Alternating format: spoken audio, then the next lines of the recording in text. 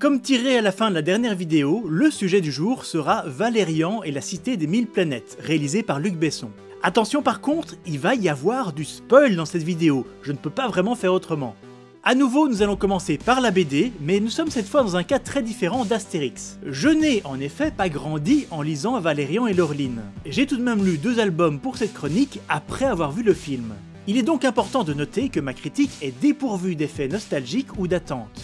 Je jugerai plus le film comme un film et moins comme une adaptation. Cependant, j'ai beaucoup apprécié les BD Valérian et Laureline que j'ai lus. C'est plein d'idées, les aventures marchent très bien et le style graphique est vraiment sympa. Je ne vais pas prétendre que c'est la plus belle BD que j'ai jamais vue, il y a des petits soucis, des proportions par-ci par-là, mais ça reste dans le style de ce qui se faisait à l'époque et les décors sont vraiment magnifiques. Il y en a certains qui fourmillent de détails et qui m'ont fait penser un peu à, oserais-je le dire, à du Moebius. Bon, calmez-vous, c'est vrai, toutes les cases ne partagent pas cette qualité, mais c'est juste pour dire qu'en fait j'ai beaucoup aimé ces 2 BD et que je regrette un petit peu de ne pas les avoir découvertes plus tôt. Dans le genre à l'époque, je lisais plutôt Yoko Tsuno. Ah aussi, je comprends maintenant pourquoi on dit que George Lucas s'est beaucoup inspiré de Valérian et Laureline pour Star Wars, parce qu'il y a des cases qui semblent tout droit sorties du storyboard de ces films.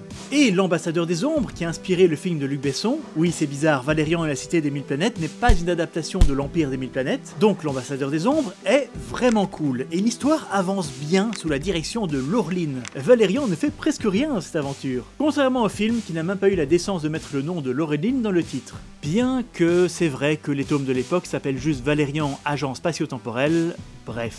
On va commencer par voir ce que le film fait bien, et je vais mettre de côté, bien au chaud, son gros problème. Hop, toi tu restes là pour le moment.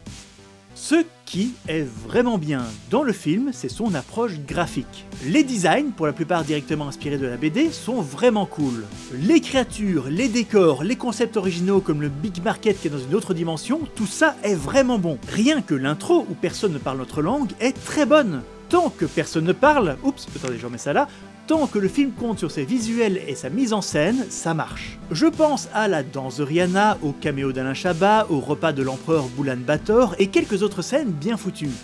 En vrai, je ne vais pas prétendre que toutes les images synthèses sont au top de ce qui se fait aujourd'hui, mais globalement, ça a vraiment de la gueule, oui. Et le scénario de base est pas mal du tout aussi. Il y a vraiment un propos sur la guerre, les dommages collatéraux, la censure des faits qui nous dérangent, etc. Et donc, Valérian et Laureline sont insupportables. On est à un niveau où je ne sais pas si je dois blâmer les acteurs, le réalisateur ou les deux, mais rien ne marche avec ces personnages. Les acteurs n'ont qu'une seule expression, leurs dialogues sont pauvres et ils passent tout le film à se bouffer le nez. Et on est censé prendre ça pour une sorte de parade amoureuse, ouais. Ils n'ont simplement aucune alchimie entre eux et Valérian et Laureline gâchent le film Valérian et l'Empire des 1000 planètes. Et j'ai dit qu'il y a des scènes cool, mais il y en a autant, sinon plus, qui ont tout pour être impressionnantes, mais qui par une combinaison de mise en scène ratée, d'effets moyens et de musique molle, tombent à plat. Il y a des scènes d'action qui semblent n'avoir aucun poids, où on n'a pas l'impression que les personnages font les cascades montrées et où les coups semblent traverser des adversaires sans consistance. C'est un souci classique des batailles tout en images synthèse et pour être honnête, il y a assez peu de films qui arrivent à obtenir l'effet recherché. Bref, on sent trop le fond vert. Maintenant, je me suis dit que j'allais faire toute une série de comparaisons avec le 5e élément, qui est quand même le grand space opéra réussi de Besson, mais au final, ça n'est pas nécessaire. Et ce pour la simple raison que le 5e élément est mieux que Valérian à tout point de vue. Scénario, personnages, mise en scène, musique, allez, les designs, c'est discutable, mais voilà.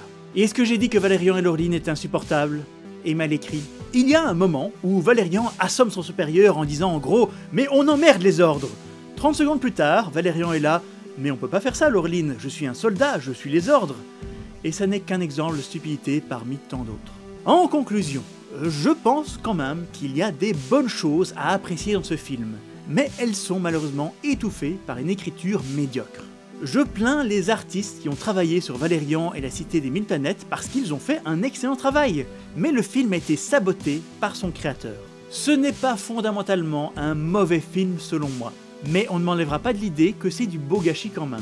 Maintenant que c'est dit, passons déjà à la suite avec un nouveau tirage et par la loi du chapeau, on parlera de... Ouh, Gaston Lagaffe. On arrive déjà là. Ok, n'oubliez pas qu'on va commencer par la plus ancienne adaptation. Sur ce, je n'ai plus qu'à vous dire bye bye bye bye.